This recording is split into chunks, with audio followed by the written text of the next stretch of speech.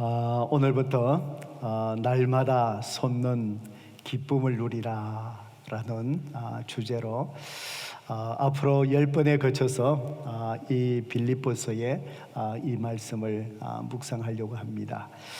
빌립보서의 서신의 특징이 기쁨의 서신입니다. 기쁨의 서신입니다.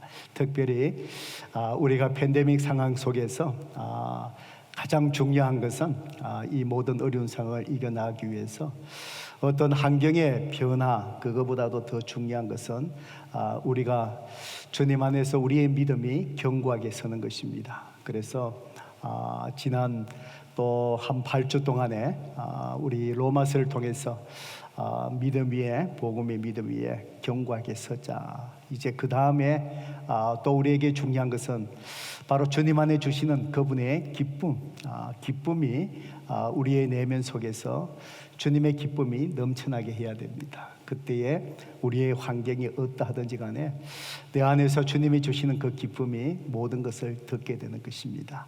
이 빌립보서의 말씀을 우리가 묵상하면서 저와 여러분의 또 심령들 속에 우리 주님이 주시는 하늘의 기쁨이 샘솟듯이 솟아나는 그런 회복의 은혜가 있기를 주님의 이름으로 축복합니다.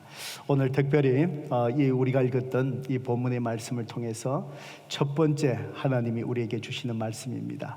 설교 제목을 저를 따라서 같이 한번 해보실까요? 사람들과 즐거운 관계를 유지하라. 한번 더 해보실까요? 사람들과 즐거운 관계를 유지하라. 오늘은 특별히 여러분 가장 가까운 가정에서부터 시작해서 오늘도 그 사람들과의 그 관계가 여러분 얼마나 즐거운 관계를 잘 유지하고 있는가, 오늘 주님이 주시는 세밀한 음성을 듣기를 간절히 바랍니다. 어떤 장례식장에 참 특이한 세 구의 시신이 안치되었습니다. 참 특별하게도 이 세 분의 시신이 모두 다가 이 세상을 떠나실 때, 운명하실 때에 활짝 웃으면서 웃는 모습으로 그렇게 세상을 떠나셨습니다. 첫 번째 사람은 자기 자녀가 그렇게 바라던 하버드 대학에 입학 허가를 받았다라는 기쁜 소식을 듣고 너무 기뻐서 막 감격하고 웃다가 심장마비로 세상을 떠나셔서 얼굴이 웃는 모습으로 세상 떠나셨답니다.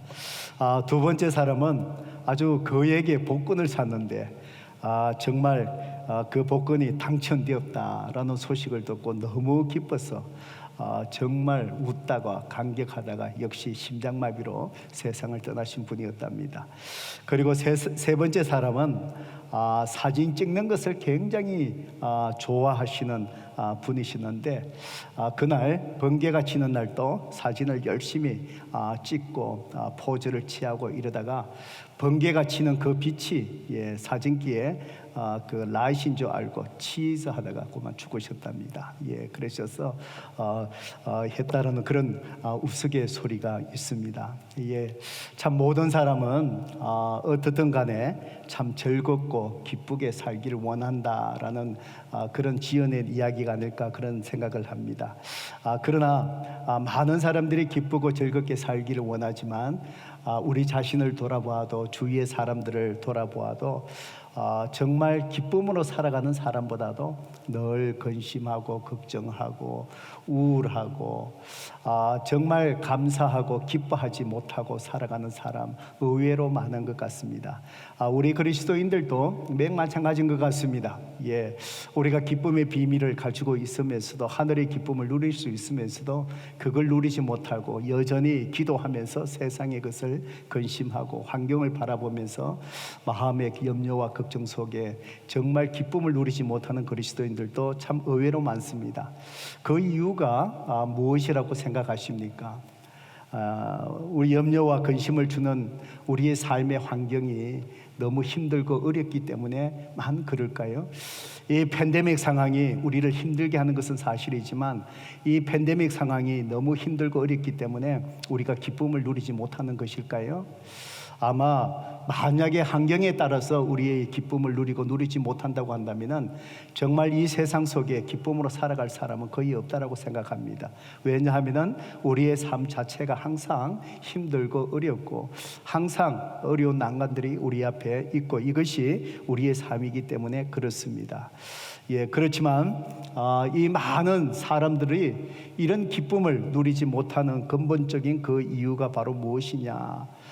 그 기쁨을 바로 기쁨의 근원 대신 하나님 앞에 두지 않기 때문이고, 또 더 중요한 이유는 기쁨을 누리는 그 삶을 비밀을 그들이 깨닫지 못하기 때문이 아닐까 그런 생각을 합니다. 오늘부터 우리가 묵상할 이 빌립보 서신의 이 말씀들이 특별히 우리에게 바로 기쁨의 근원 되시는 주님 안에서 우리가 어떻게 기쁨을 누릴 수 있는가 그 비밀을 우리에게 말씀해 주시는 서신이 바로 이 빌립보 서신입니다. 이 빌립보서는 우리가 잘 아는 것처럼 사도 바울이 로마의 감옥 생활 속에 있으면서 빌립보에 있는 이 교회, 빌립보 교회는 유럽에서 가장 먼저 세워진 교회입니다. 그 빌립보 교회 성도들에게 보낸 이 서신입니다. 이 서신 속에 기쁨이 넘쳐나지만 이 편지를 쓸 당시 사도 바울이 정말 그의 삶이 편안한 삶이었는가, 정말 기뻐할 수 있는 환경이었는가? 결코 그런 상황이 절대 아니었습니다. 빌립보서 1장 13절에 보면은 이러므로 나의 매임이 그리스도 안에서 모든 시위대 안과 그 밖의 모든 사람에게 나타났으니 그럽니다. 나의 매임이, 사도 바울이 지금 로마 감옥에 있으면서 사도 바울이 그냥 감옥에 있는 것이 아니라 나의 매임이 매여져 있다라는 것을 이야기합니다. 그리고 에베소서 6장 또 20절에 보면은 사도 바울이 바로 비슷한 그 상황 속에 로마 감옥에서 옥중 서신이라 그러지요. 에베소서도 에베소 교회 성도들에게 보낸 이 서신도 바로 거기에서 쓰여졌습니다. 그래서 6장 20절에 보면은 이 일을 위하여 내가 새 사슬에 매인 사신이 된 것은, 이렇게 에베소 성도들에게 쓰고 있습니다. 바로 지금 로마 감옥에 있을 때 빌립보서를 쓸 때도 에베소서를 쓸 때도 사도 바울이 지금 어떤 상태에 있다라고 이야기하지요. 내가 새 사슬에 지금 묶여서 있다라고 그렇게 얘기합니다. 사도 바울은 이 서신을 쓸 때에 감옥에서 새 사슬에게 로마 군인들, 엘리트 군인들이 이렇게 시간마다 4시간 단위로 들어와서 사도 바울과 교대를 하면서 사도 바울에게 함께 쇠사슬에 매여서 24시간 동안에 이렇게 묵힌 채로 생활하고 있을 때였습니다. 성도 여러분, 팬데믹 상황 속에서 우리가 바깥 활동을 자유롭게 할 수 없는 지금 환경이 얼마나 어렵습니까? 그렇지 않아요? 그러니까 감옥에서, 제한된 감옥 속에서 24시간 동안에 교대로 들어오는 로마 군인들에게 쇠사슬에 함께 묶여서 생활한다는 것, 정말 우리가 상상을 해보면은 고통스럽고 정말 힘든 그런 상황이 아닌가 싶습니다. 그런데 사도 바울이 그런 상황 속에서 빌립보 서신을 기록하면서 이 빌립보 서신을 읽어보면은 기뻐하라 명사 또 동사, 이런 단어가, 기뻐하라는 단어가 무려 바로 짧은 이 서신 속에 17번이나 나오고 있다는 얘기입니다. 이 얘기는 바로 뭘까요? 사도 바울이 쇠사슬이 묶여져 있는 기뻐할 수 없는 환경 속에서도 그 본인이 상황을 초월해서 기쁜 생활, 기쁨을 누리고 있다라는 것을 우리가 알 수 있습니다. 그러면서 빌립보 성도들을 향하여, 역시 어려운 가운데 있는 빌립보 성도들 향하여 기뻐하십시오. 주 안에서 기뻐하십시오. 자기가 누리고 있는 이 기쁨을 알기에 당신들도 어려운 상황 속에서 이 기쁨을 누리십시오 라고 서신 속에서 기쁨을 전하고 있는 것입니다. 저는 오늘 이 빌립보 서신이 바로 빌립보에 있는 성도들에게만 사도 바울을 통해서 하나님 주신 메시지일 뿐 아니라 오늘 이 팬데믹 상황 속에서 정말 사도 바울처럼 새 폐사슬에 갇혀 있지 않지만 오늘 또 코로나 바이러스로 인해서 우리의 환경에 제한된 묶여있는 이런 상황, 앞이 보이지 않는 상황, 이 상황이 언제 끝날지도 예측할 수 없는 그런 어려운 상황, 바로 하나님은 오늘 이 메시지를 통해서 우리에게 동일하게 주님 안에서 기뻐하십시오, 주님 안에서 기쁨을 누리십시오 라고 우리에게 말씀하신다라고 생각합니다. 날마다 쏟는 기쁨을 누리라. 앞으로 10번 동안에 이 서신의 말씀을 묵상할 때에 성도 여러분에게 정말 주님 안에서 주님이 주시는 기쁨, 사도 바울처럼 내가 기뻐하리라, 그 기쁨이 저와 여러분 가운데 누려질 수 있기를 주님의 이름으로 축복합니다. 바로 오늘 본문은 그 관점에서 이 빌립보 서신을 바라보면은 오늘 본문에서 사도 바울은 바로 주님 안에서 누릴 수 있는 기쁨의 첫 번째 비결을 우리에게 말씀하시는데 바로 사랑과의 관계입니다. 오늘 설교의 제목처럼 사랑과 즐거운 관계를 유지하십시오 라고 우리에게 말합니다. 사람들 간에 여러분 관계가 깨어진 생활을 하면은 그 삶이 결코 기뻐할 수 없고 즐거워할 수가 없습니다. 부부의 관계가 여러분들 즐겁지 아니하면은 가정이 지옥 같은 가정을 경험하지 않습니까? 예, 가정생활 속에서 자녀가 가정생활 속에서 부모와의 관계, 가족과의 관계가 즐겁지 아니하면은 아이들이 어떻습니까? 자꾸 바깥에서 빙빙빙빙 돌게 되지요. 바깥에서 빙빙빙빙 돌다 보면은 또 나쁜 친구들을 만나면은 또 그런 방향으로 또 아이들이 갈 수밖에 없는 것이지요. 부부의 관계도 저도 마찬가지라 생각합니다. 부부의 관계가 즐겁지 못하면은 기쁨이 없지요. 그러면은 사람들이 가정에서 머무는 것이 아니라 자꾸 시선과 마음이 바깥으로 엉뚱한 데로 자꾸 이렇게 흘러가기 시작하지요. 제 같은 경우에도 가정에서 특별히 아내하고 조금 언쟁을 하고 또 이렇게 되면은 저희 집 사람의 특징은 조금 마음이 불편하면은 그만 입을 닫아버리고 말을 하지 않습니다. 저는 저희 집에서 제 아내가 말을 하지 않고 입을 닫으면 정말 저는 제일 싫습니다. 정말 이것이 지옥 같고요. 지옥 같고 저희 집 사람이 이번에 이제 8월 달에 이제 은퇴를 하고 지금 이제 집에 있는데 지금 한 열흘 정도 있었나요? 너무너무 행복하고 고마운 거예요. 집에 빨리 가고 싶은 거예요. 옛날에는 우리 집사람이 일을 할 때 집에 아무도 없으니까 사실 교회에 머무는 시간이 많았습니다. 집에 가봐야 희망이 없는데, 아무도 없는 집인데, 요즘은 그래도 아내가 집에 있다 그러니까 빨리 가고 싶고 문을 열고 들어가면 아내 목소리 들으면 반갑고, 저는 거기에 굉장히 예민한 사람인데 아내가 말을 하지 않으면 이게 막 지옥 같은 거예요. 그래서 저는 무조건 제가 잘해도 이 아내의 입을 열기 위해서 무조건 사과하고 잘못했다 그럽니다. 그러니까 부부의 관계도 부부의 관계가 즐겁지 않으니까 이게 기쁨이 사라질 수밖에 없고 지옥 같은 그런 거예요. 성도 여러분, 우리는 어차피 사람과의 관계 속에서 살아갈 수밖에 없습니다. 아내와 남편의 관계로 살아가고요, 자녀들과의 관계로 살아가고요, 직장에서 일하는 사람들과 정말 싫어도 그 관계 속에서 우리는 살아가야 됩니다. 사업의 터전, 손님들 맞이할 때도 좋은 손님, 또 거치는 손님이 있겠지만 그래도 우리는 그분들과의 관계 속에서 살아가야 됩니다. 친구의 관계, 또 하나님께서 우리를 불러주실 때 공동체로 불러주시지 아니하셨습니까? 싫으나 좋으나 흠이 있으나 어떻든 간에 주님의 몸된 교회 지체로 삼아준 우리 지체들과의 관계 속에서 우리는 또 신앙생활을 해 나가야 됩니다. 그렇기 때문에 어차피 사람과의 관계 속에서 우리가 살아가는 데에 사람과의 관계에 즐거움을 유지하지 못한다면 우리는 절대 주님 안에서 그 기쁨을 누릴 수가 없다는 사실입니다. 그렇다면 오늘 우리가 관계 속에서 살아가는 사람들과의 그 관계 속에서 어떻게 즐거움을 잘 유지할 수 있을까요?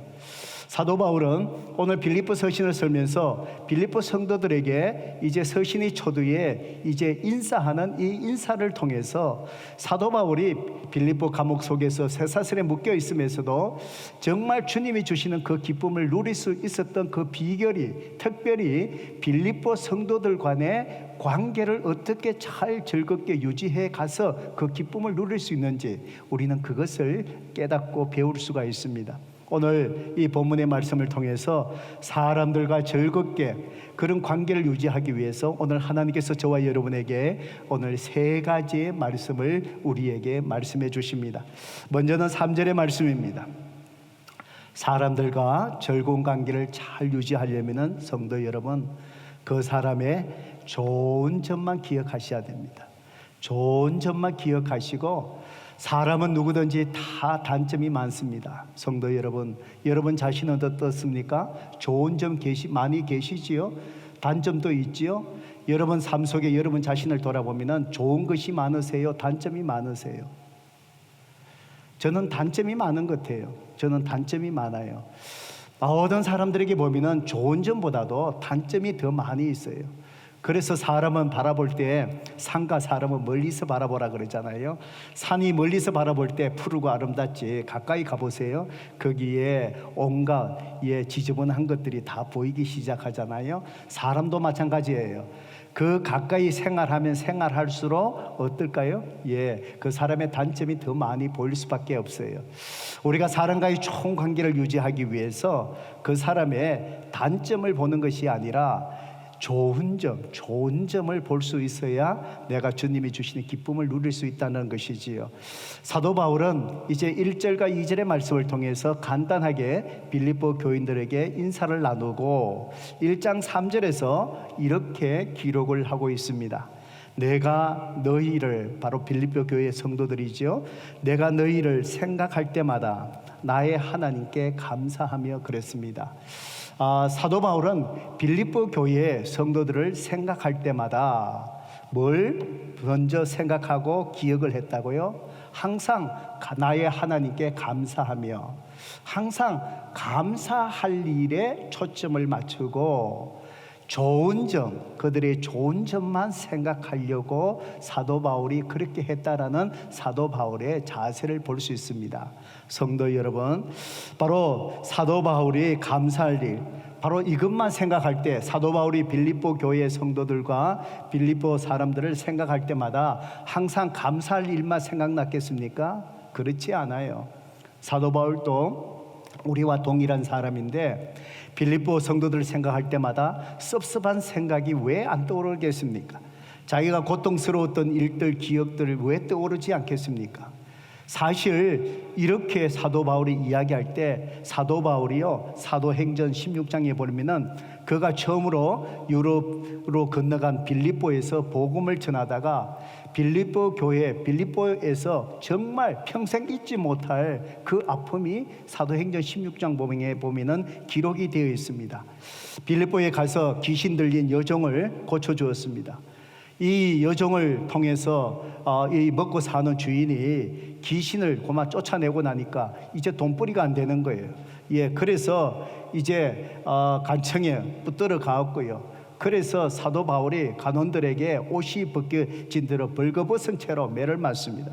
매를 맞고요, 그 다음에 밤에 쇠사슬이 묶인 채로 빌립보 감옥에 그렇게 지금 투옥이 되는 거예요. 바울과 실라가 2차 선교여행 때 정말 고통스럽습니다. 우리가 아는 것처럼 그 고통스러운 밤에 바울과 실라가 어디지요? 하나님 앞에 찬송하고 예배드리잖아요. 그때 어떤 일이 일어납니까? 옥문이 열리고요, 그러면서 빌립보 감옥에서 풀려나는 그런 엄청난, 참 벌거벗은 죄로 매질을 당하고 쇠사슬에 묶여서 고통당하고 했던 곳이 어디냐? 빌립보입니다.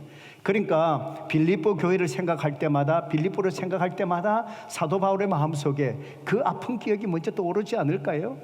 저도 이민생활 한 30몇 년 지나가지만 지난날 생활을 쭉 돌아보면 하나님 앞에 감사한 일이 너무 많지만 감사한 일보다도 내가 힘들고 고통당했던 그것이 먼저 떠오르잖아요. 사람은 그럴 수밖에 없는 없었던 것 같아요.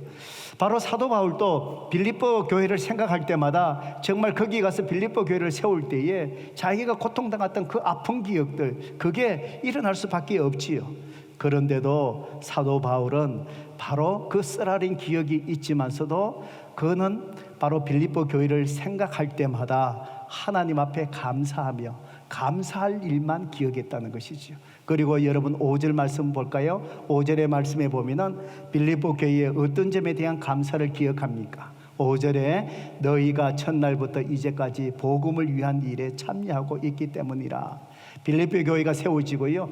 그래서 사도 바울이 계속해서 마게도냐 지역으로 이제 훑어 내려오면서 고린도까지 쭉 이렇게 내려오고 복음을 전하고 또 이렇게 교회를 세우고 할 때에 정말 이 빌립보 교회가 신실하게 처음부터 끝까지 다 어려운 교회, 어려운 상황인데도 끝까지 이 사도 바울의 선교사에게 동력자로서 후원했다는 것이지요.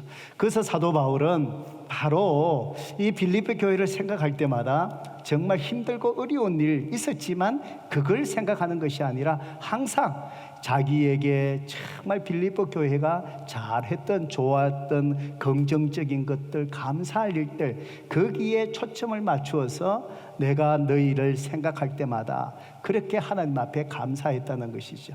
이것이 사도 바울이 사람들과 좋은 관계를 유지하며 하나님의 기쁨을 누릴 수 있었던 첫 번째 이유라는 것입니다. 성도 여러분, 여러분은 사람들을 대할 때에 사람들의 무엇을 대합니까? 무엇을 얘기합니까? 무엇을 먼저 생각에 떠오릅니까? 누군가가 얘기할 때, 다른 사람에 대해서 얘기할 때 그 사람의 정말 좋은 것을 얘기하려고 하십니까? 그렇지 않으면은 그저 단점, 나쁜 것, 이것들만 자꾸 이야기하려고 합니까? 여러분, 산에 금을 캐는 광산을 생각해 보십시오. 금을 캐는 광산에 금을 캐는 사람들, 금을 캘 때에 거기에 온갖 돌들이 많이 나옵니다. 금을 캐는 그 광산에 산을 파내고 할 때에 거기에 금이 많습니까? 돌이 많습니까? 돌이 많지요. 비교할 수 없을 정도로 금보다는 돌이 많아요. 그 많은 돌 속에서 금을 캐는 사람은 다 무엇만 지금 이렇게 찾아내죠? 금을 찾아내지요. 마찬가지예요. 여러분, 사람의 모든 모습들을 보면은 우리는요, 건강에 금을 캐는 것처럼 우리 삶 속에 보면은 돌이 많을까요? 금이 많을까요? 돌이 많아요. 돌이 많아요. 그래서 자꾸 많은 돌을 보면서 돌을 캐는 사람은 그 인생이 돌 같은 인생을 살 수밖에 없어요. 그렇지만 많은 돌이 있지만 그 속에서 금을 캐는 사람은 소중한 금만을 찾는 사람, 그 사람은 금과 같은 가치 있는 인생을 살아가는 것입니다. 여러분, 그렇습니다. 여러분의 사람들에게 있어서 돌 같은 자꾸 약점만 자꾸 생각하고 바라보고 하는 사람은 여러분 삶에 절대로 절고지지 않습니다. 그 속에서 분노가 일어날 것입니다. 고통이 일어날 것입니다. 아픔이 일어날 것입니다. 오늘 여러분이 정말 주님 안에서 기쁨을 누리려면 사람과의 즐거움이 있어야 되는데 그 사람의 나쁜 것이 아니라 그 사람의 좋은 점을 바라보며 좋은 것만을 생각할 수 있는 저와 여러분 되기를 주님의 이름으로 축복합니다. 두 번째로, 우리는 어떻게 사람들과 즐거운 관계를 유지할 수 있을까요? 4절의 말씀에 보면은 상대방을 위해서 구체적으로 기도해야 된다라고 그렇게 말씀합니다. 기도하라는 것입니다. 1장 4절의 말씀을 볼까요? 이 사도 바울은 빌립보 교회 성도들과의 즐거운 관계 속에 그 사도 바울은 어떻게 했다고요? 간구할 때마다 너희 무리를 위하여 기쁨으로 항상 간구하면, 사도 바울은 빌립보 성도들 위해서 기도할 때마다 항상 어떻게 해요? 기쁨으로 항상 빌립보 성도들을 위해서 사도 바울은 항상 기도했다라고 얘기합니다. 그래서 오늘 본문의 성경의 9절, 10절, 11절을 보세요. 사도 바울이 빌립보 교회 성도들 위해서 구체적으로 무엇을 기도했는지 사도 바울의 기도가 있어요. 9절의 말씀 볼까요? 무엇을 위해서 기도했습니까? 내가 기도하노라 너희 사랑을 지식과 모든 청명으로 점점 더 풍성하게 하사. 바로 무엇을 위해서 기도했지요? 사도 바울은 빌립보 교회들이 사랑이 풍성해지기를 바라면서 그 사랑으로만 풍성해지는 것이 아니라 지식과 모든 청명으로, 그래서 사랑 속에 분별력 있는 풍성한 사랑을 갖기 위해서 사도 바울은 기도했습니다. 그리고 10절에 볼까요? 너희로 지극히 선한 것을 분별하여 또 진실하여 허물 없이 그리스도의 날까지 이르고, 바로 선한 것을 분별할 수 있고 빌립보 교회들이 정말 하나님 앞에서 사람 앞에서 진실된 삶, 진실하게 살아가기 위해서 사도 바울은 빌립보 교회를 위해서 생각할 때마다 간절히 그렇게 기도했습니다. 그리고 세 번째 보세요. 10절에 볼까요? 너희로 지극히 선한 것을 분별하며 또 진실하여 허물 없이 그리스도의 날까지 이르고, 바로 의의 열매를 맺기를 위해서 기도했고, 허물 없이 그리스도의 날까지 이르고, 하나님 앞에서 칭찬받는 삶을 살아가기를 위해서 기도한 거예요. 성도 여러분, 그렇습니다. 이 사도 바울이 빌립보 교회를 향하여 기도한 이 세 가지의 기도, 이것을 한마디로 얘기하면 바로 뭘 얘기하지요? 바로 성장, 영적인 성장을 이야기합니다. 주님을 닮아가는 영적인 성숙함을 위해서 기도하는 것이지요. 성도 여러분, 그렇습니다.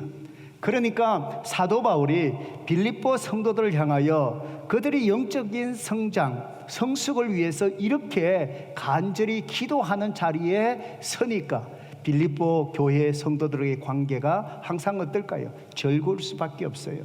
그러니까 주님 안에서 그 기쁨을 감옥 속에서 잃지 않고 그 기쁨을 누리게 되는 것입니다. 성도 여러분, 그렇습니다. 그렇습니다.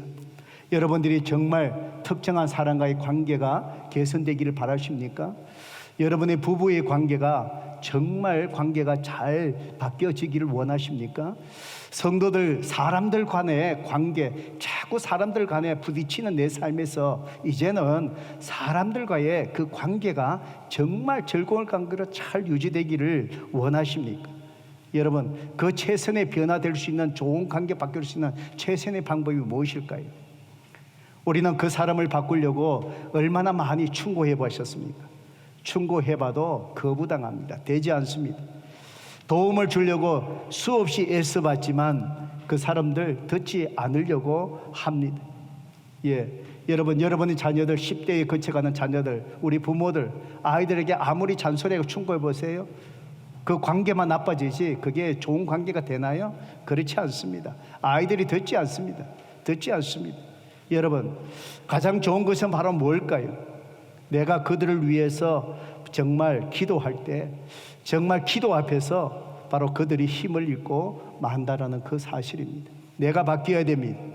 기도하는 사람으로 내 자신이 태도를 바꾸기 시작할 때 비로소 상대방의 그 태도가 바뀌는 것입니다. 우리는 내 자신이 변화되지 않으려고 한 그 상태에서 다른 사람이 바뀌기를 바라고 다른 사람을 바꾸려고 하니까 그 관계 속에서 절대로 기쁨, 즐거움을 찾지 못하는 것입니다. 오히려 내가 그 사람을 바꾸려고 하고 거부당하고 바로 오히려 빗나가고 이러다 보니까 어때요?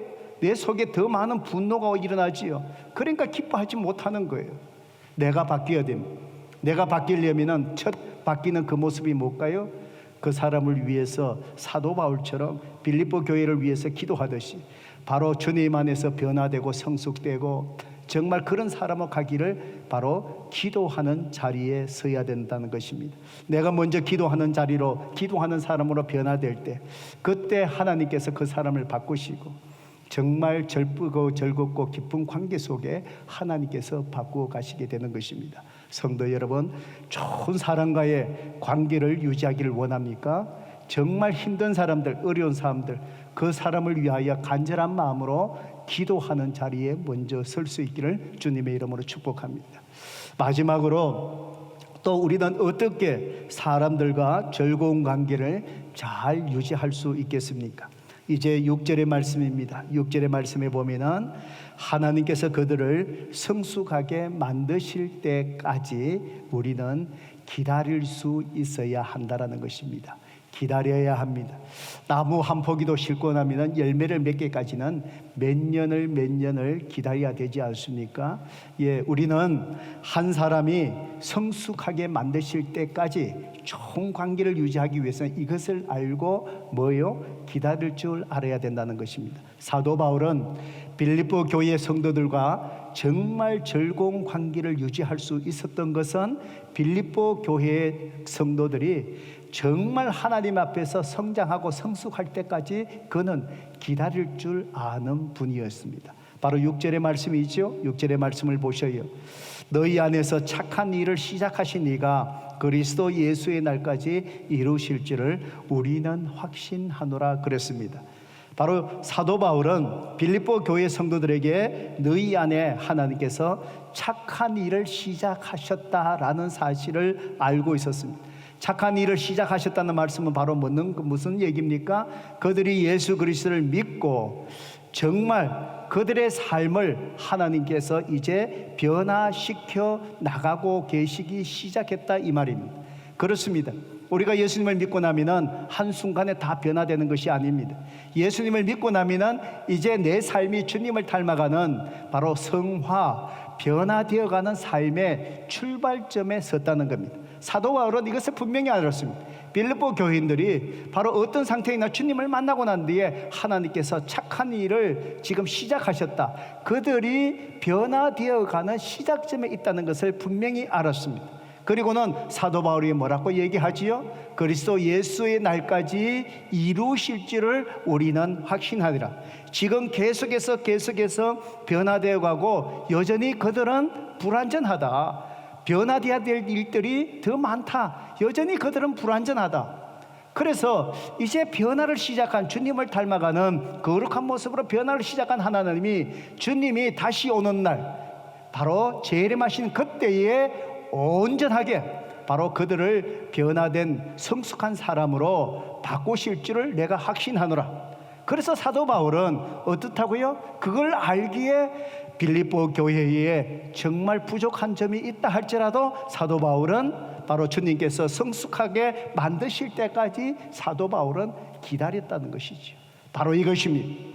우리가 사람을 대할 때, 관계를 대할 때 이런 태도와 관점에서 사람들을 대하고 기다려야만이 그 사람과 좋은 관계를 우리가 또 유지할 수 있는 것입니다. 저는 이 말씀을 묵상하다가 지난날 제 목회 속에서 한때 제가 정말 목회의 기쁨을 잃어버린 때가 한순간에 있었습니다. 예, 그래서 오래전 이야기입니다. 예, 저도 목회를 처음 이렇게 하고 할 때 아직까지 풋나기 베이비 목사 시절이지요. 예, 그저 열정만 있고 목회가 뭔지에 대해서 아직까지 무르익지 못한 그런 상태에 있었던 일입니다. 정말 목회의 기쁨을 잃어본 적이 있었습니다. 그래갖고요, 정말 그때의 마음이 많이 낙심이 돼갖고요, 이 목회를 내가 계속해야 되나, 이런 목회를 계속해야 되나 라고 회의가 들 때 한순간, 오래 끌지 않았지만 짧은 순간이 있었습니다. 그것이 여러분 무엇인 줄 아십니까? 지금도 그렇지만 성도 여러분, 저는 하나님의 말씀만이 사람을 변화시킨다라고 저는 믿습니다. 훈련, 자기 자신을 쳐서 주님 앞에 복종시키는 디스플린, 훈련이 있어야, 말씀의 훈련이 있어야 하나님께서, 성령께서 그 사람을, 우리를 변화시킨다라는 것을 저는 분명히 압니다. 그렇기 때문에 교회 개척부터 지금까지 제가 목회를 마감하는 그 순간까지 여러 가지 목회 속에서 가장 중요한 것은 바로 무엇입니까? 우리 교회의 비전처럼 다 함께 배우고 섬기며 선교하는 교회는 바로 믿음에 구원받은 여러분 한 사람 한 사람을 얘기하죠. 다 함께 배우고 섬기고 선교하는 교회, 바로 무엇입니까? 예수님께서 이 땅에 오셔서 사역하신 것처럼 그렇게 변화 성숙된 그리스도인으로 세워가는 것, 다 함께 구원받은 백성이 되어야 되고요, 다 함께 배우고 정말 주님의 신실한 제자가 되어야 되고요, 제자의 삶을 살아내야 되고요, 섬기며 주님처럼요, 병든 자, 약한 자, 정말 우리가 받은 그 은혜를 다른 사람에게 겸손하게 주님처럼 섬기는 삶을 살아가고요, 다 함께 배우고 섬기며 선교하는 교회 성도, 이제 내가 받은 이 구원의 복음을 다른 사람에게 내 삶을 통해서 증거하는 삶의 선교의 선교적인 삶을 살아가게 하는 것. 그런 성도들로 우리 교회 오신 분들마다 제일 먼저 제가 새로운 삶에서 만날 때 말씀드리는 것이 그거잖아요. 저는 여러분을 이 교회에 보내주셨을 때 하나님께서 저는 이런 성도들로 세워가기를 제가 온 힘을 다할 것입니다. 그래서 우리 교회는 이런 훈련의 말씀의 훈련을 이런 걸 통해서 여러분은 이런 그리스도인으로 세워가는 것이 제 목표고 제 사역입니다. 그래서 지금 여러분은 이 훈련을 받는데 위치가 지금 이 자리에 있습니다. 이걸 배우셔야 됩니다. 왜 이것을 배우시느냐? 바로 이런 그리스도인이 되기 위해서입니다. 이렇게 초창기부터 지금까지 말씀을 훈련하고 있습니다. 때로는 제 클래스에 1명 내지 2명 클래스에 신청한다 할지라도 1명, 2명 그분을 대할 때마다 가르칠 때마다 100명을 가르치는 그 이상의 열정과 똑같은 열정으로 저는 지금도 한 분 한 분을 말씀을 훈련합니다. 왜냐하면 하나님의 말씀으로 훈련받고 세우지 아니하면 절대로 사람은 성숙한 그리스도인으로 변화될 수 없기 때문에 그렇습니다. 초창기에 참 열심히 했습니다. 온통 지금까지 제가 달라스 소식이라든가 여러 가지가 제일 제가 어둡습니다. 왜냐하면 커뮤니티 신문을 제가 거의 보지 않으니까 소식이 제일 어둡습니다. 지금 목회하면서 저는 사무실에 있어갖고요, 지금 오랫동안에 제가 만든 것이 무엇인 줄 아십니까? 지금까지 교재를 만들었습니다. 제 사무실에 갔으면 지금까지 20년 동안에 제가 만든 교재들이 많이 있잖아요. 이번에 제자의 삶, 이것도 제가 만든 교재, 오늘 친정 가시면 픽업 하잖아요. 그 교재 만들고 편집하고 이걸 다시 마디파이하고 이런 작업들을 계속 해왔습니다. 그러면서 온 힘을 이제 성도님 한 분 한 분을 주님을 닮아가는 정말 다 함께 배우고 섬기며 선교하는 성도들로 세워가기 위해서 성경 공부, 제자 훈련, 지도자 훈련 여러 가지를 통해서 많은 훈련을 시켰습니다. 그런데 어느 날 그렇게 훈련을 시키고 잘 따라오고 이런 사람들이 정말 어느 날 그 삶을 보니까 옛날로 돌아가 있는 거예요. 옛날로 돌아가 버린 거예요. 제 마음속에 참 낙심이 왔습니다. 하나님, 제가 3년 4년 온 힘을 다해서 이렇게 훈련시켰는데 이 열매가 무엇입니까? 열매가 맺힌 것 같은데 돌아보니까 옛날 처음 시작할 때 그 모습으로 가는 거 너무너무 실망되고 낙심되는 거예요.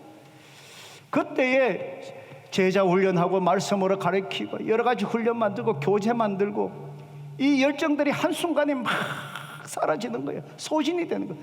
내가 이렇게 해봐야 아무 소용없는 것.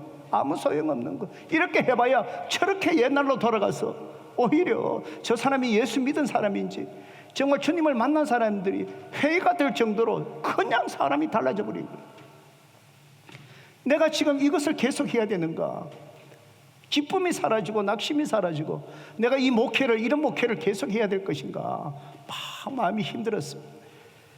그때에 우리 미국 교회 개척하면서 저희에게 멘토 역할을 해주셨던 그때 미국 교회 선교 목사님, 주루의 킹 목사님, 여러분 아마 우리 또 애니버서리 하고 할 때 자주 오시잖아요. 리타이어 하셔서 지금 플라워만드에 살고 계셔요. 그분과 이제 자주 한국 음식 먹으면서 그분과 얘기하다가 제가 그분에게 이런 하소연을 했습니다. 그러니까 그분이 얘기를 쭉 듣더니만은 저를 참 격려해주고 저를 위로해준 것이 무엇인지 아십니까? 패스트 킴, 당신이 예수님이 아니시잖아요. 그렇지요. 제가 예수님이 아니죠. 내가 어떻게 예수님이 있냐고. 그러면서 주레이 킹 목사님이 저에게 말씀하신 거예요. 패스트 킴, 예수님도 3년 동안에 12명의 제자들 온 힘을 다해서 제자 훈련시키지 않았냐. 바로 당신의 사역을 이어갈 그런 하나님의 사람들 12명을 데리고 하지 않았냐. 그 중에 한번 봐라. 그 제자들의 모습이 어떠냐. 예수님도 바로 가룟 유다 같이 그 예수님을 진짜 은 30냥에 판 그런 제자도 있지 않았냐.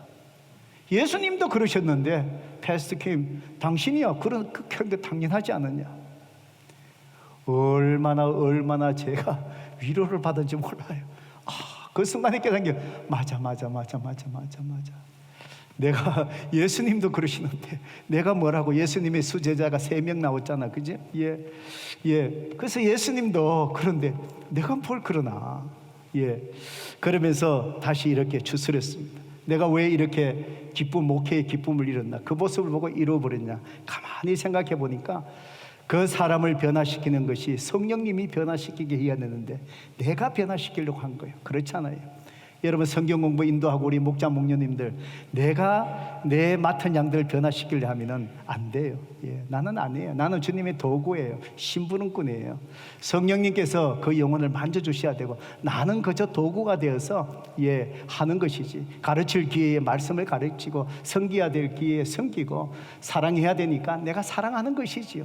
사람을 변화시키는 것은 주님이기. 가만히 돌아보니까 내가 사람을 변화시키려고 그랬고 그 다음에 또 하나 중요한 제가 실수한 것은 바로 뭐냐면은 바로 사도 바울처럼 선하 착한 일을 시작하신 이가 바로 주님이 오실 때에 이제 다 이루시리라, 완성하시리라, 이 긴 시간이 걸린다는 것을 내가 생각지 못하고 뭐죠? 나는 내 생각에 내가 이렇게 하고 어떤 코र्स가 끝나고 내가 만들어 놓은 이 트랙이 끝나고 나면은 사람이 당연히 변화될 걸로 기대한 것 같아요. 아니지요. 바로 사도 바울은 어떻게 해요? 이제 착한 일을 시작하신 이가 그리스도 예수의 날 주님이 오실 때 그때에 완성되고 이루실 때, 그러니까 나는 열심히 물 주고 심부름꾼이 되어서 열심히 기다리는 거예요. 기다려야 돼요. 저에게 그 마음이 없었던 것 같아요. 그걸 딱 깨닫고 나니까 이제는 뭐예요? 지금은 괜찮아요. 그런 분들이 왜 없을까요? 목회 속에서 항상 그게 반복되는 일이겠지요. 어떤 분들은 성숙의 성장의 열매를 맺는 사람이 있는가 하면 어떤 사람은 잘 가다가 또 이렇게 툭 떨어지는 사람 많지요. 그런데 계속해서 이제 그것 때문에 더 이상 바들되지 않아요. 여전히 기쁨이 있어요. 기쁨이 있어요. 왜요? 문제는 바로 뭘까요? 내가 그런 사람을 바라볼 때 내가 기쁨을 잃지 않고 즐거운 관계를 잘 유지할 수 있는 것을 깨닫기 때문에 그래요. 그렇습니다.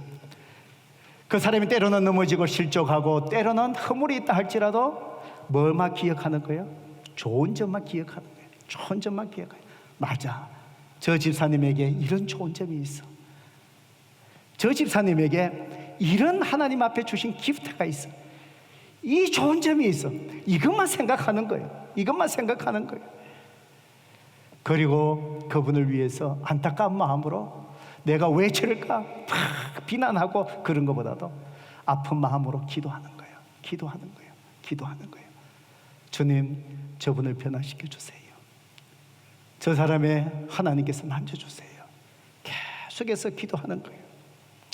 그리고는 기도하며 하나님께서 완성하실 때까지, 아직도 공사 중인데 하나님께서 변화시키고 성숙할 때 이르기까지, 그때까지 믿음 안에서 기다리는 거예요. 오늘 우리가 대하는 모든 사람들, 오늘도 우리가 이렇게 대할 때 내 안에 계시는 주님의 기쁨을 저와 여러분이 누리게 될 줄로 믿습니다. 오늘 이 말씀을 꼭 기억하시고 여러분이 대하는 가정에서부터, 부부의 관계에서부터 이런 즐거운 기쁨을 회복하는 그런 관계를 잘 회복할 수 있기를 주님의 이름으로 축복합니다.